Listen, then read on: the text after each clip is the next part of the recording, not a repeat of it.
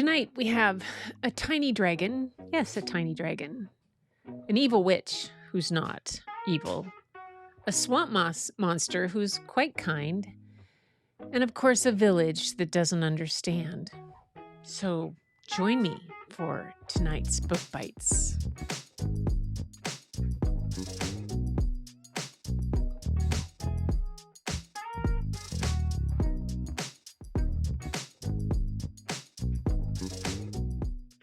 Hey, welcome to Book Bites with the Booklady.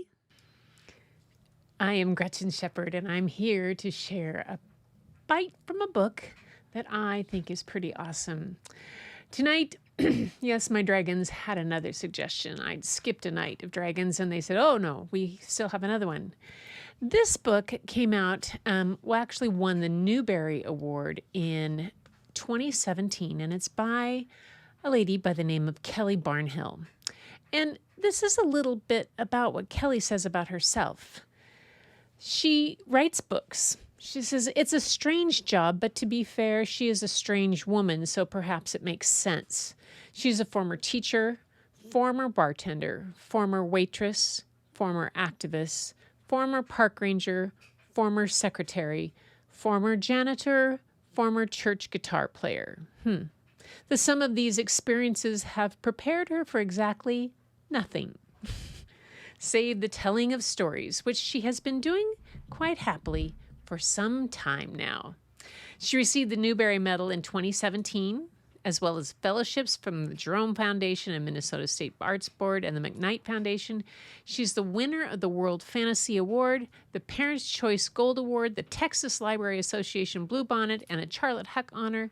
She's also a finalist for the Minnesota Book Award, the Andre Norton Award, and the Penn USA Literary Award. Whoa, she's been on the New York Times bestseller for a bunch of weeks, as well as the indie bookseller list. She wrote The Girl Who Drank the Moon, The Witch's Boy, Iron-Hearted Violet, and the Mostly True Story of Jack, as well as the novella The Unlicensed Magician. She also has another book out that is for adults that came out to be one of the best science fiction books of 2022 called When Women Were Dragons, which I have not read yet, and it is on my list to catch next. But for tonight, I'm going to bring you the book, The Girl Who Drank the Moon. Yes. Now, most times when I do a book bite for you, I start at the beginning of the book, but I'm not going to. I'm going to give you a little preview. So there's a village that lives at the edge of a forest. And of course, they think the forest is terrible because it has this evil witch who turns out she's not really evil. And they sacrifice a child each year to keep themselves safe. And the witch doesn't really like that. So we're going to hop in to a later point in the book and see what's going on with where the witch lives and some things that she does and some of her friends. So we're going to do the book bite from chapter 3, in which a witch accidentally enmagics an infant. At the center of the forest was a small swamp, bubbly, sulfury, and noxious, fed and warmed by an underground, relentlessly sleeping volcano and covered with slicks of slime whose color ranged from poison green to lightning blue to blood red. It depended on the time of the year.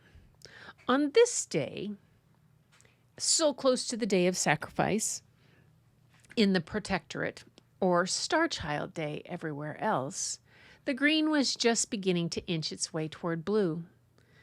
At the end of the swamp, standing right on the fringe of the flowering reeds, growing out of the muck, a very old woman leaned on a gnarled staff.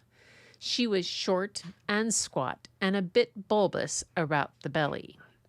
Her crinkly gray hair had been pulled back into a thick braided knot, with leaves and flowers growing out of the thin gaps between the twisted plaits. Her face, despite its cloud of annoyance, maintained a brightness in those aged eyes, and a hint of a smile in that flat, wide mouth. From certain angles, she looked a bit like a large, good-tempered toad. Her name was Zan, and she was the witch. "Do you think you can hide from me, you ridiculous monster?" she bellowed at the swamp. "It isn't as though I don't know where you are. Resurface this minute and apologize." She pressed her expression into something closely resembling a scowl. "Or I will make you." Though she had no real power over the monster himself, he was far too old. She certainly had the power to make that swamp cough him up as if he were nothing more than a glob of phlegm in the back of the throat. She could do it with just a flick of her left hand and a jiggle of her right knee. She attempted to scowl again. "I mean it," she hollered. The thick water bubbled and swirled, and the large head of the swamp monster slurped out of the bluish green. He blinked one wide eye and then the other before rolling both toward the sky. "Don't you roll your eyes at me, young man," the old woman huffed. "Witch," the monster murmured, his mouth still half submerged in the thick waters of the swamp. "I am many centuries older than you." His wide lips blew a bubble in the algae slick. "Millennia, really," he thought. "But who's counting?" "I don't believe I like your tone." Zan puckered her wrinkled lips into the tight rosette in the middle of her face. The monster cleared his throat. "As the poet famously said, dear lady, I don't give a rat's—" "Glurk!" the witch shouted aghast. "Language!" "Apologies," Glurk said mildly, though he really didn't mean it. He eased both sets of arms into the muck at the shore, pressing each 7-fingered hand into the slime of the mud. With a grunt, he heaved himself onto the grass. "This used to be easier," he thought, though for the life of him he couldn't remember when. "Furian over there by the vents, crying his eyes out, poor thing," Zan fumed. Glurk sighed deeply. Zan thrust her staff into the ground, sending a spray of sparks from the tip, surprising them both. She glared at the swamp monster.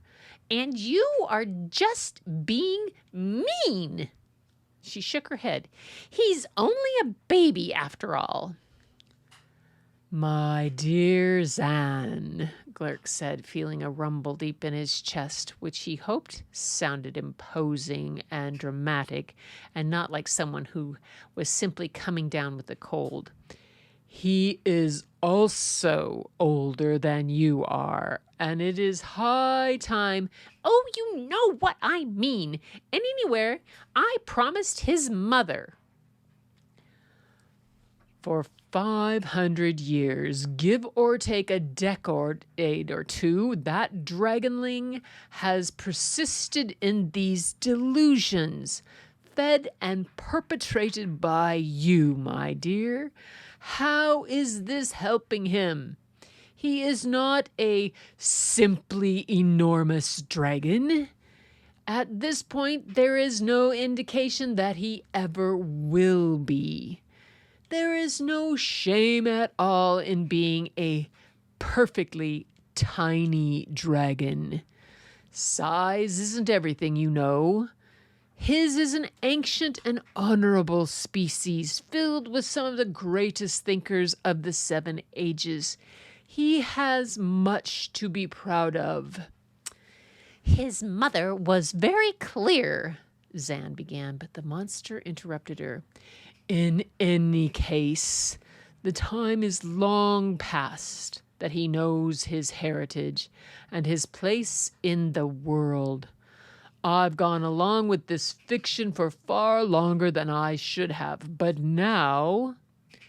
Glurk pressed his forearms to the ground and eased his massive bottom under the curve of his spine, letting his heavy tail curl around the whole of him with a great glistening snail shell. He let the paunch of his belly sag over his folded legs. I don't know, my dear. Something has shifted. A cloud passed over his damp face, but Zan shook her head. Oh, here we go again, she scoffed.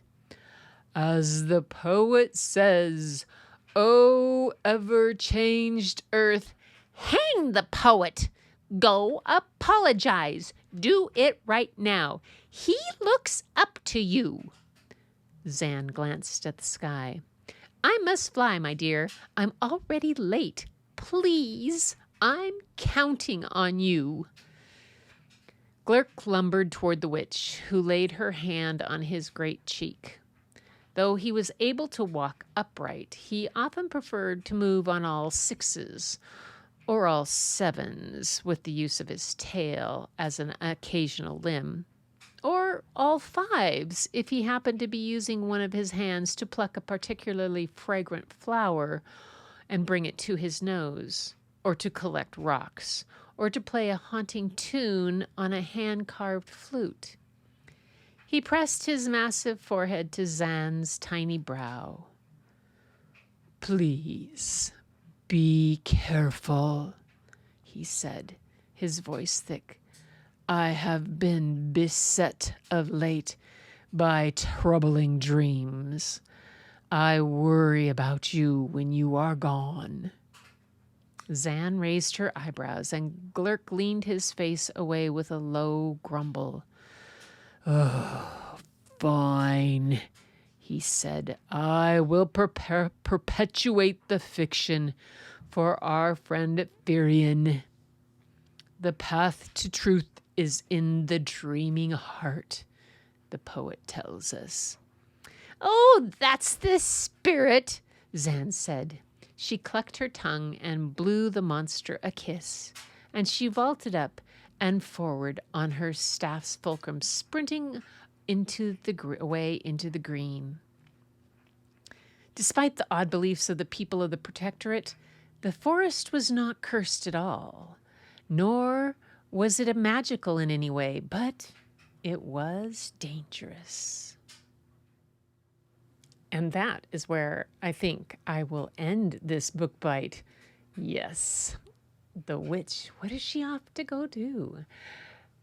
This is a delightful story by Kelly Barnhill, and it is well deserving of the Newbery medal that it won in 2017. A great fantasy that the characters, well, who doesn't love a tiny dragon and a swamp monster and an evil witch who's not really evil, and of course, a village of people that have their stories all wrong. And that's the book bite for tonight, folks. Until next time, keep looking for the beauty hidden in plain sight. It's all around you. But the first place you'll find it is when you go look in the mirror. And I'll catch you at the next episode.